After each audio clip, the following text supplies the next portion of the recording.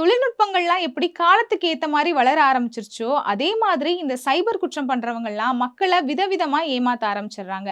இதுக்கு முன்னாடி தான் ஒரு நடிகர்ன்னு சொல்லியோ, இல்ல காவல் அதிகாரின்னு சொல்லியோ ஏமாத்துன செய்திகள தான் பார்த்திருப்போம். ஆனா இப்ப மும்பைல தான் ஒரு உச்சநீதிமன்றத்தினுடைய தலைமை நீதிபதி அப்படின்னு சொல்லியே ஒரு மூதாட்டிய ஏமாத்தியிருக்காங்க. ஏமாத்துனது மட்டும் இல்லாம கிட்டத்தட்ட 3,71,00,000 பணத்த அந்த மூதாட்டி கிட்ட இருந்து திருடவும் செஞ்சிருக்காங்க. மும்பைல இருக்கக்கூடிய ஒரு மூதாட்டிக்கு திடீர்னு ஒரு கால் வருது.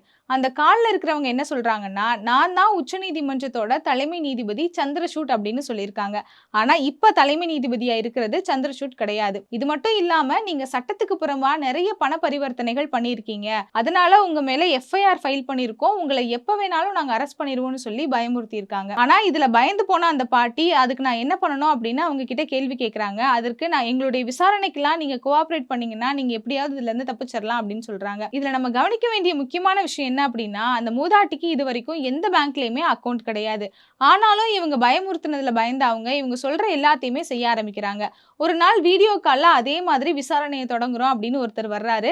அவரு தான் தான் சந்திரசூட் அப்படின்னும் அறிமுகப்படுத்திக்கிறாரு. அந்த பாட்டிக்கு சந்திரசூட் யாரு அப்படின்னு தெரியாததுனால, அவங்களும் அத அப்படியே நம்பிர்றாங்க. அதற்கு பிறகு என்ன சொல்றாங்க அப்படின்னா, நீங்க எந்த தப்புமே பண்ணலன்னு எங்களுக்கு தெரியும். ஆனா அரசாங்கம் இத நம்பணும்னா, உங்க வாழ்க்கை வரலாற 90 பக்கத்துல இருந்து 95 பக்கம் வரைக்கும் ஒரு கட்டுரையா எழுதி குடுங்கன்னு கேட்குறாங்க.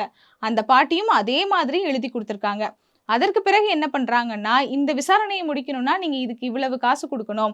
அடுத்த விசாரணைய முடிக்கிறதுக்கு நீங்க அவ்வளவு பணத்த குடுக்கணும்னு சொல்லி, கிட்டத்தட்ட 3,71,00,000 அந்த மூதாட்டி கிட்ட இருந்து வாங்கியிருக்காங்க. அதற்கு பிறகு யாருமே அவங்கள தொடர்பு கொள்ளவே இல்ல. எந்த நம்பர்ல இருந்து ஃபோன் வந்துச்சோ, அந்த நம்பருக்கு திரும்பவும் மூதாட்டி கால் பண்ணி கேட்கறாங்க. யாருமே அதுக்கு ரெஸ்பான்ஸ் பண்ணல. அதற்கு பிறகு தான் நம்ம ஏமாந்துட்டோமோ அப்படிங்கிற சந்தேகம் அவங்களுக்கு வருது. காவல்துறையில அவங்க கம்ப்ளைண்ட் பண்றாங்க. காவல்துறையும் அந்த நம்பர ட்ரேஸ் பண்ணி பார்க்கும்போது அவங்கள கண்டுபிடிக்க முடியல.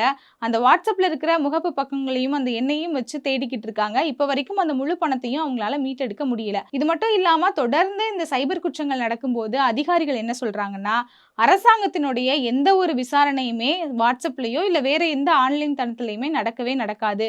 நேரடியா மட்டும் தான் நடக்கும். அதனால யாரும் அத நம்ப வேண்டாம். ஒருவேளை நீங்க நம்பி பணத்த இழந்துட்டீங்க அப்படின்னா, உடனடியா கம்ப்ளைண்ட் பண்ணீங்கன்னா, உங்க பணத்த சீக்கிரமாவே மீட்டெடுத்தரலாம் அப்படின்னு சொல்றாங்க. இந்த வழக்கு பார்க்கும்போது நமக்கு என்ன தோணுதுன்னா, இதுக்கு முன்னாடி ஒரு வழக்கு விசாரணைய பத்தி பேசும்போது, நீதிபதி சந்திரசூட் என்ன சொல்லியிருப்பாருன்னா, இந்த வழக்குக்கான தீர்ப்ப கடவுள் தான் இறங்கி வந்து என்னைய எழுத வச்சாரு அப்படின்னு சொல்லியிருப்பாரு. ஒருவேளை இந்த வழக்குல குற்றவாளிய கண்டுபிடிச்சதுக்கு பிறகு, அந்த குற்றவாளியும் கடவுள் தான் என்னைய சந்திரசூட் பேர சொல்ல சொன்னாருன்னு சொன்னா, நம்ம என்ன பண்றது?